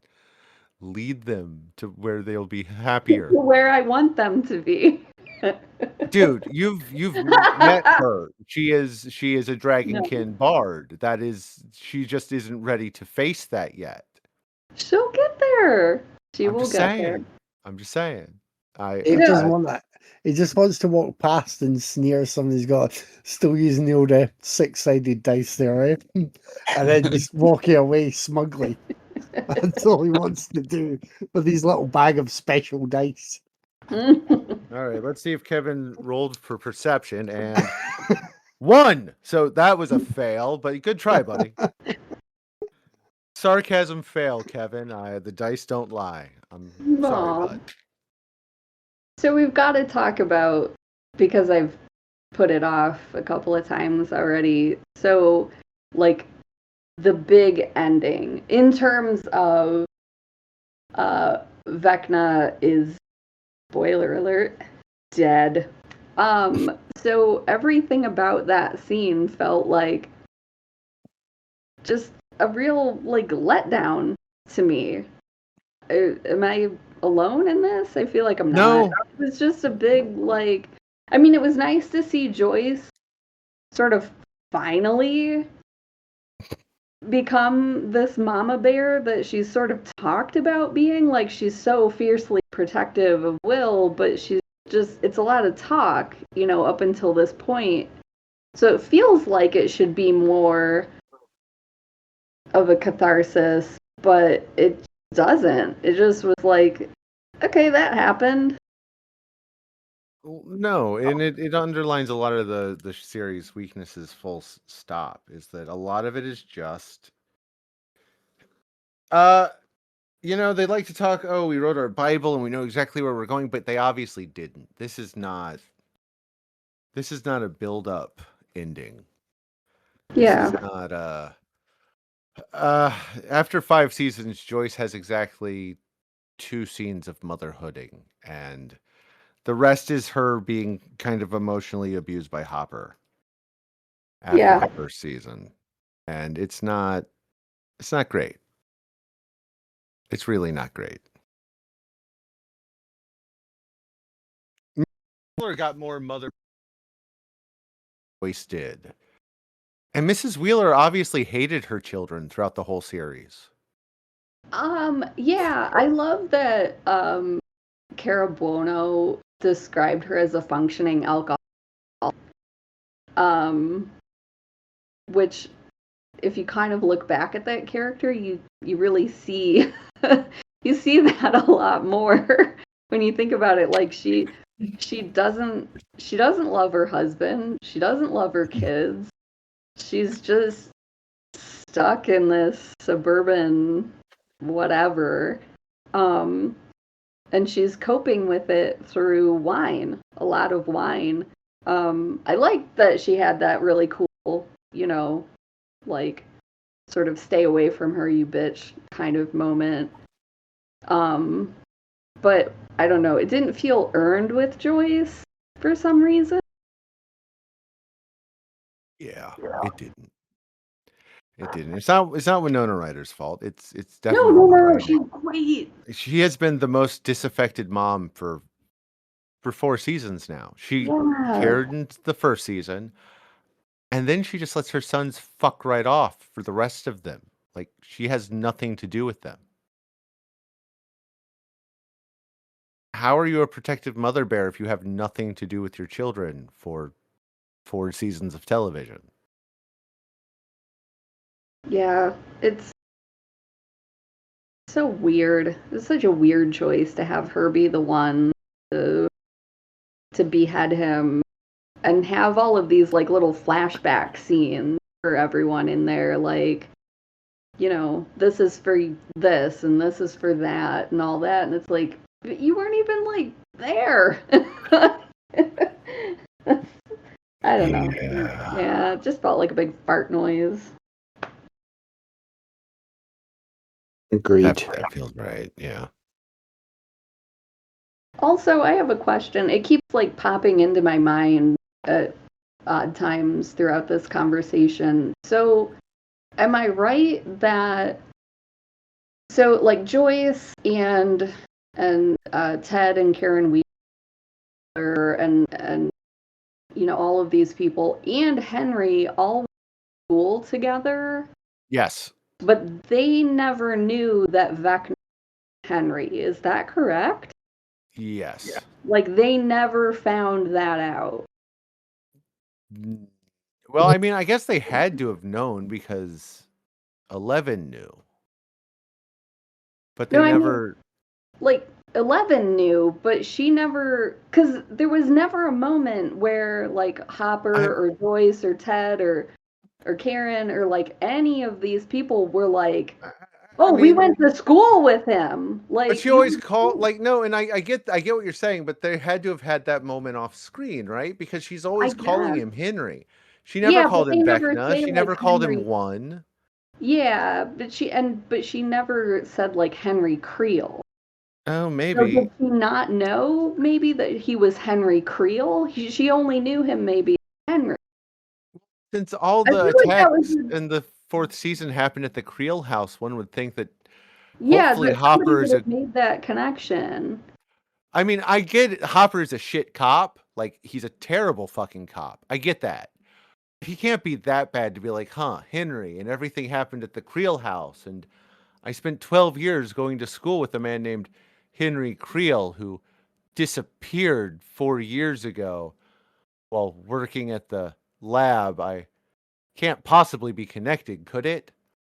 Yeah, I that kind of, like, drove me a little bit nuts that, like, none of the adults made mention of that. And it's fine if it happened off camera, but I feel like that should have been an on-camera thing. It should have. Yeah, should have said a thing about that. So I don't know if anybody else kind of... No, I noticed it. That's why I decided it had to have happened off camera, because otherwise I'm going to be very upset at them and their shitty writing. And I'm already upset at them and their shitty writing, but... No, I'm not happy about it. It's fine. Explain to me... There's moments. You know, there's like these really good moments, but then it's like, well, why didn't anybody ever make that connection? Why didn't, like, Karen Wheeler go, oh, that weird little shit from school? He's behind all of this? Yeah, that would have made sense. Yeah. Okay. Anyways, sorry. One scene I want to talk about, since you mentioned Mrs. Wheeler, where she shows up and gets her second Mama Bear moment. I'm going to call it the Jurassic Park scene. Yeah, that was very Jurassic Park. Is that the scene with the Demogorgons in the hospital? Yes. Yeah. Okay. Yes. It was like an exact replication of the raptor scene in the kitchen. Yes. It was like almost identical, but with running up the hill. That's all. I just wanted to mention it because, God, that scene, man, just... That was one of my compliments of the series at the end here. I really liked that scene. That was fucking awesome. But yeah, I really liked that hospital scene. That whole hospital scene was really good. Yeah, I mean, like, if I wasn't watching it going, but I've seen Jurassic Park, I might have been like, yeah, that was a really good scene. But instead I was like, but I've seen Jurassic Park, and it's not an 80s movie. If you're gonna do this, at least reference an 80s movie with it. Fuck. Yeah, I know. I kind of liked that scene too. I got it though, too. It was like, okay, wait, like, that was like 1992 the Jurassic Park came out. So, like, wait a minute. But yeah, I liked that scene. I where the demo dogs, like, watching the oxygen tank going around in the dryer, which is big dog behavior, right? Like, I really enjoyed that little it was them watching it go around, like, ooh, this big explosion. It was definitely one of the better scenes. I just wish they'd taken something from, like, Terminator instead. Yeah. If they'd visually referenced a different film, for sure. Yeah. But I thought it was still entertaining the way that whole scene played out, and even everything, like, kind of that too, like the chase and everything through the hospital and them feeling cornered, and them, I mean, getting cornered, really. And then Karen fucking Wheeler comes in and has the big scene that Linda Hamilton should have had in some form or another. But hey, good for her. Yeah. Although if it was a Bond movie, it would have been the moment when the villain was slowly explaining their plan for the death of Bond. Because those Demogorgons go like a bullet and then really slow down when they start padding round corners and looking for the victims. They needed the terminally injured woman to walk from her hospital room into there and set up a trap. How did they not notice her, like, walk halfway into the room, put the things in? Because this woman is injured. Like, this should have been difficult for her. Put the stuff in, they were all start the powered dryer. by Kate Bush. The power of Kate Bush compels you. That's what it was. The Stranger Things, everyone was running up that whole fine. I mean, I like that song, and even I was like, stop playing that fucking song. And they did. They did. That's the last thing I want to mention is the number of needle drops they saved for the last half hour. Yeah. They play like an entire B-side of Purple Rain. Yeah. Yes, they did. They did. I don't know. For some reason, I was a little underwhelmed with the Prince songs usage. Not that I mean, I was like, yay, Prince, you know, of course, I fucking love Prince, who doesn't, but I don't know, for some reason I was thinking they would get like a different artist in there. Because I don't know.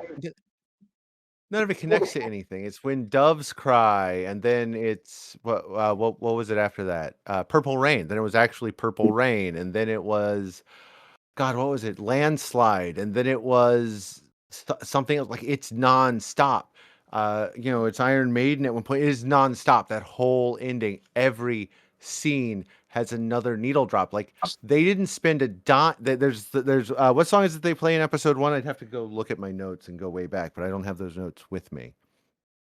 The episode 1 notes. So there's the needle drop there where they have the special message, the hidden message. Oh, it's Upside Down. Diana Ross. Yeah. Right. Yeah, no, it all kind of felt a little too on the nose. Yeah, and then it's all of the choices were really on the nose instead of like maybe something a little bit creative, or that you had to kind of think about it for a minute and then go, oh. And then it ends with David Bowie's Heroes.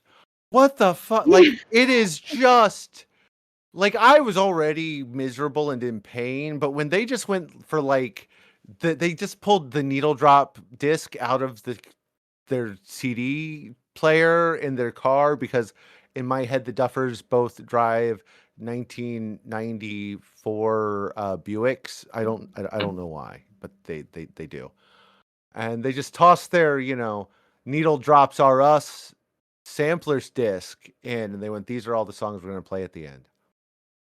Because they're all, it's the laziest, most obvious choices, and it's nonstop. It is an aggressive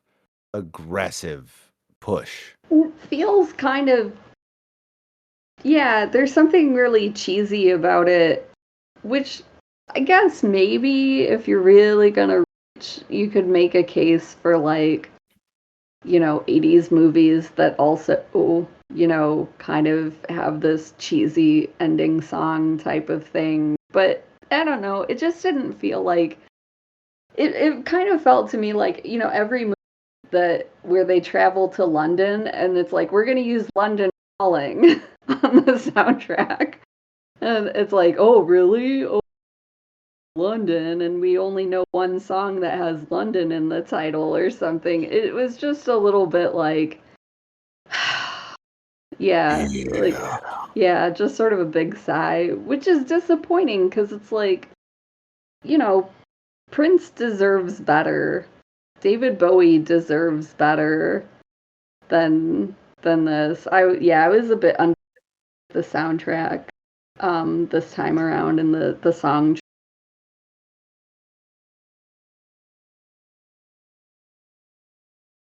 Yeah, it was bad. And it is. It's just back to back to back to back because what is it? Doves cry, purple rain, landslide. Here comes your man, land of hope and glory. Mm. Trooper, Sweet Jane, At Last, Heroes, and it is like the 30 minutes it takes to play all those is the whole ending. Yep. It's just sorry. I got lost in abject depression thinking about it after looking it up. We've been going for almost as long as the episode. Yes, I was going to say it is. Do we want to do better with our number of endings? Yeah, I was going to say it is time to wrap it up.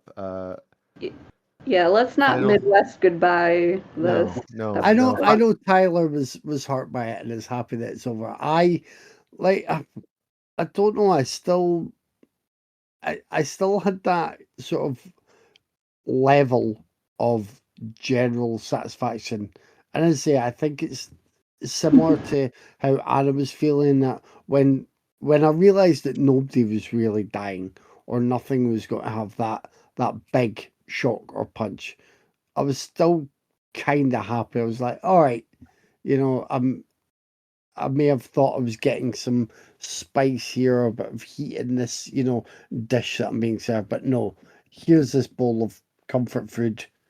That's all right by me. I'll probably forget it in weeks, months, whenever, but I was happy enough while I watched it.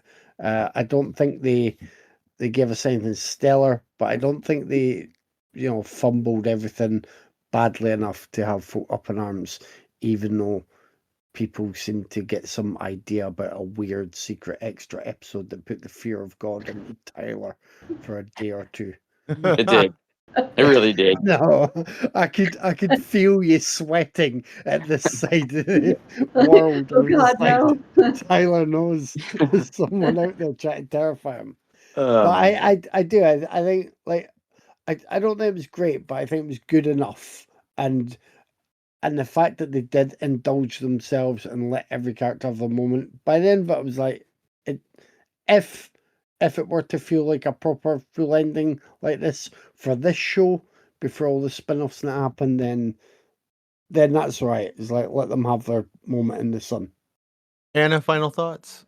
Yeah, I think, Kevin putting it as like a big bowl of comfort food, this is kind of like the Kraft macaroni and cheese of shows, right? Like it's a fine enough show.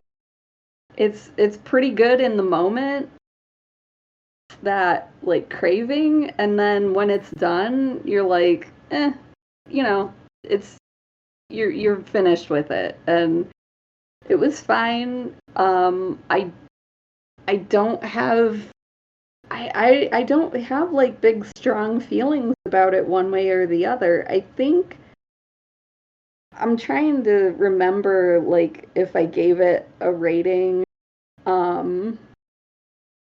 Because Was it a Kevin 7? At the time I gave it 4 stars, but I think I'll probably like downgrade it a bit because that's how it usually is for me. Like if I watch something, as soon as I'm done watching it, I'm like, this was the greatest thing. Like I can't find a lot of faults with it. And then it's like the more that I think about certain things, it's like I'm probably gonna downgrade it to about a 3, which is like it's pretty good, not great. It was fun while it lasted. It satisfied me at the time like a bowl of macaroni and cheese. Specifically Kraft macaroni and cheese, can't just be any. It's got to be the box stuff with the yellow cheese powder. It's okay. It's, maybe I'll revisit it. Maybe this will replace my ill-advised every 10 years I rewatch like the Saw films. It's like I forget that they exist or something. I'm like, oh, this sounds great. And then by the end of it, I'm trip that was. Why did I forget? Like, how awful some of those movies really get. So maybe I can convince myself to never do that again, but just rewatch like all of Stranger Things instead. I know it'll take like 20 years to do because the show goes on just for fucking ever, but I think it might be more enjoyable and less damaging to my psyche than rewatching all of the Saw movies. So there's a review for you. Put that blurb on a physical set, like less damaging to your psyche than the Saw film. T? Well, here's the thing. I have a rather complicated relationship with Stranger Things. I watched the first season when it aired in, what was that, 2016? Was that 2016? Yeah. It's been a while. I watched it, and I watched that whole first season, and I was like, it was fine, but I didn't care to go back and watch to any of the other seasons after that. So you did the episodes without me, like at least 3 of them, right? At least 2 or 3. I can't We remember. did 2. We did 2 without Yeah. you, and Okay. here you are. Yeah, so and then my dumb ass was like, you know what? Maybe I'll join everybody and just binge watch the rest of the series. Why not? And then I got to season 4 and I wanted to cry because it was just so fucking long. Russia, it just wouldn't end. I don't think it's the worst show ever. I really, really don't. I know it sounds like I hate it. I don't hate this show. There's nothing really hateable in it. To me, it's just like forgettable. It's like forgettable fluff. It's like a Hollywood blockbuster that's just kind of it's there, and I'll watch it and I will forget it. I'll forget that I watched this probably 5 years down the line, but it's not the worst thing ever. You know what I mean? It exists. I watch it. It's got some good stuff in there, Maya Hawke in particular, but it's not my favorite show, but it's not the worst thing I've ever watched ever. So it's fine. It's if you like 80s nostalgia, you will dig Stranger Things for the most part. Okay, my final thoughts. It was the least. The kids on bikes have become like a thing for TV shows over the last decade since Stranger Things started. And the 2 main rivals are Paper Girls on Prime, which is excellent and should have been finished, but it only got 1 season. You should go watch that. It's better than Stranger Things. And Welcome to Derry, which is okay on HBO. You should go watch that over Stranger Things. I mean, maybe if you cut it after the first 2 seasons, it's something. But besides that, it's just no, not a fan. Give them to business. Oh wait, I'm sorry. First, next week we're bringing January to a close with tribute to Japanese acting legend Tetsuya Nakadai. We will be covering Sword of Doom, Kwaidan, Animasa, and fucking Kevin, Return to the River Kwai. No, Return from the River Kwai. I'm sorry. Oh yeah, that's my Ewok entry for the Star Wars special. I can't believe equivalent. you fucking Ewok Nakadai. And it has George Takei. So, just so you know. Yes, there's plenty of nerdery still to go around on that one. Now, T, could you give him the business? Sure. Dave knows what it feels like to have a Star Wars episode sabotaged by Kevin. So now you know. Fucking Ewoks, man. But we're on Instagram, Raiders_of_the_podcast. We're on Facebook, where I sometimes remember to post up on Wednesdays. I remember this week. We have a YouTube channel where you can like, subscribe, and comment and watch Kevin's awesome videos. We have a Discord, we have a Blue Sky, and you can always email us at raidersofthepodcast@gmail.com. As always, thanks for listening. Thanks for joining me, guys. I'll talk to you next week. Oh, I now know what movie to make, and I'll watch next. Oh. Can I get a hint? Can I buy a vowel? You can. It's just say it.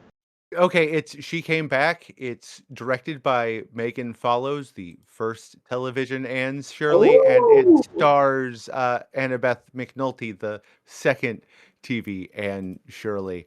Ooh, okay. Yeah. I've had that in my back pocket for a while, and I keep forgetting about it. Next time you join us, that is what we are going to watch. All right. Well, I think we take this moment to give a very super duper special appreciation to Anna for being on this journey with us. We made it to the upside down and back. We did it. Yes, we made We did it. it. We made it together with the power of friendship and being gay. I think. I feel like I don't know. Jim Carrey and Dumb. I feel like Jim Carrey and Dumb and Dumber going, we landed on the moon. Yeah. I mean, I have that on a T-shirt, by the way. we did. But yeah, you're welcome. It's always such a pleasure, really, to join you guys and get to talk movies and everything and TV shows that never end with you guys. So maybe down the road. I mean, I always love joining you guys to talk movies, but if there's some other TV program that comes out that looks like, hey, we should spend time talking about this, that ends up being a torturous slog for some of us, give me a call. And Actually, I do have an idea on that, and I'm going to share it in the group chat after I say. God. Thanks for listening. Thanks for joining me, guys. I'll talk to you next week. Bye. See ya.